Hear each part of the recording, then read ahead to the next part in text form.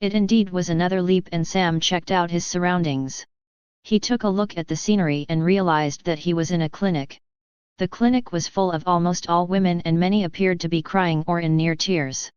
Sam needed to know what he looked like and looked around for a mirror, but there were none. As he looked at his hand and body, he knew that he was a woman in this leap. Yes, his hands were young and dark, possibly Italian or Hispanic. He was not sure.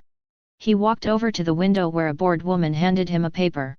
"Fill it out with all of your information and bring it back to me," she said with a very non-caring attitude. Thank goodness for pocketbooks, which inside he found a wallet with his name or her name and address on it. Along with that he found his insurance card and information on who he was. He was known by the name Eva Scoglamiglio. He was Italian. After filling out the papers and handed them to the woman at the counter, he went back to his seat. As Sam had time, he went through the lady's pocketbook. Wow, this sure was not the past as he had always been going before.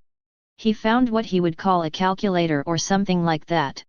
But, when it started ringing and people started to yell, "Shut your ringer off," Sam was lost.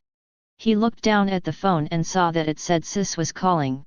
He had no idea how to shut the ringer off, and as he fiddled with it, the phone stopped ringing. A mobile phone, that was something else, and he saw his sister's face too. He wondered just what year this was. It was then that Sam took another look around and saw that there were a lot of people holding phones and seemed to be typing into them. He also saw other handheld devices that he was not familiar with. What year was this? As he was still looking into the pocketbook, he heard his name called. With that, he was brought into a small room and told to get undressed and put on a nightie. He looked up at the wall and saw that the year was 2022 and the month was September. He was over 30 years into the future, and he was sure that things were going to be very different. An older woman came into the room with another younger lady, and Sam got up on a table. After putting his feet into stirrups, he listened to the two women talk. "Well, Eva, you appear to be about 12 weeks pregnant, and you know the rules. If you are over 12 weeks along, you will have to travel many miles and be prepared to pay cash if you wish to have an abortion. That is even if you are lucky enough to get an appointment. The waiting list can be very long. Why did you wait so long to come here?" Pregnant? Oh great, Sam thought. There was no way that he would agree to an abortion at this time. He needed to know about Eva, her life, and who was the father of this child. But, he just managed to say that he didn't know he was pregnant for sure. "Well, I will set you up for an ultrasound today, and we will have to have an answer very soon if you want me to be able to help you," the doctor said with disgust. With that, the two women walked out and Sam was left sitting alone. As he walked back to the rude lady at the window, he wondered what had made this lady Eva go to an Aboriginal clinic. One that he had observed as being sterile but not compassionate.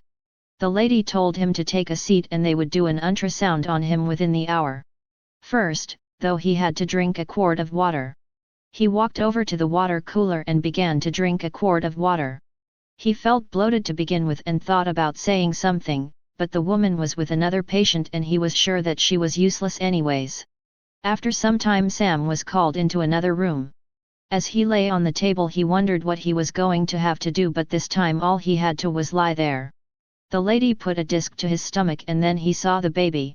It was alive and you could see all of its parts, including the beating heart. What an amazing machine! The doctor walked in and coldly told Sam, "It's too late. We can't help you here. Your best shot is going to New York, and I would make it quick. They just voted in an anti-abortion governor and he is promising the end to all abortions after a heartbeat." Sam found his car with some pure luck. He looked at the strange car. When he came near it, it beeped and the lights came on. When he went to start it, there was a button. He didn't need a key. Wow!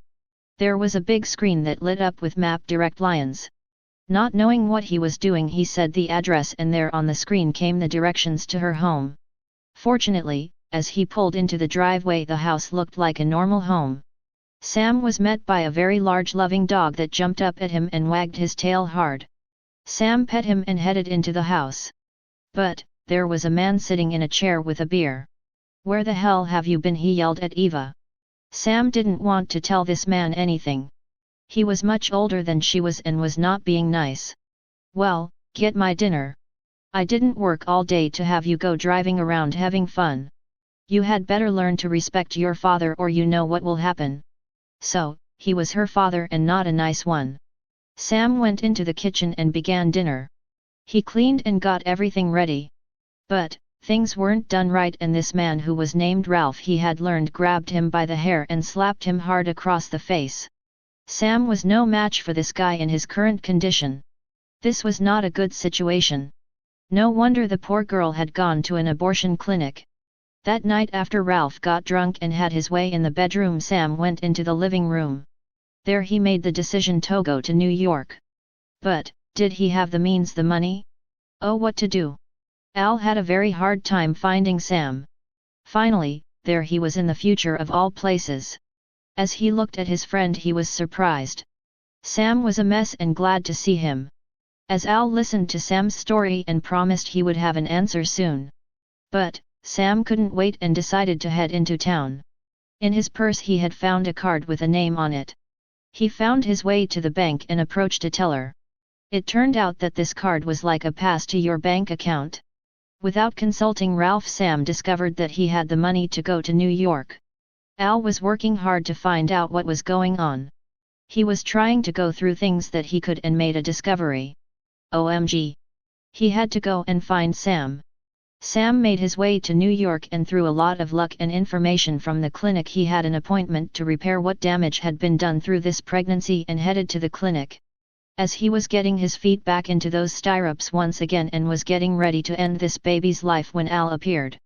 "Stop!" Al yelled. "Do not harm this child." Sam sat up and listened to Al. "This child is your grandchild, Sam. I don't have all the details but the child is your grandchild." Sam barely had time to breathe when he leapt once again.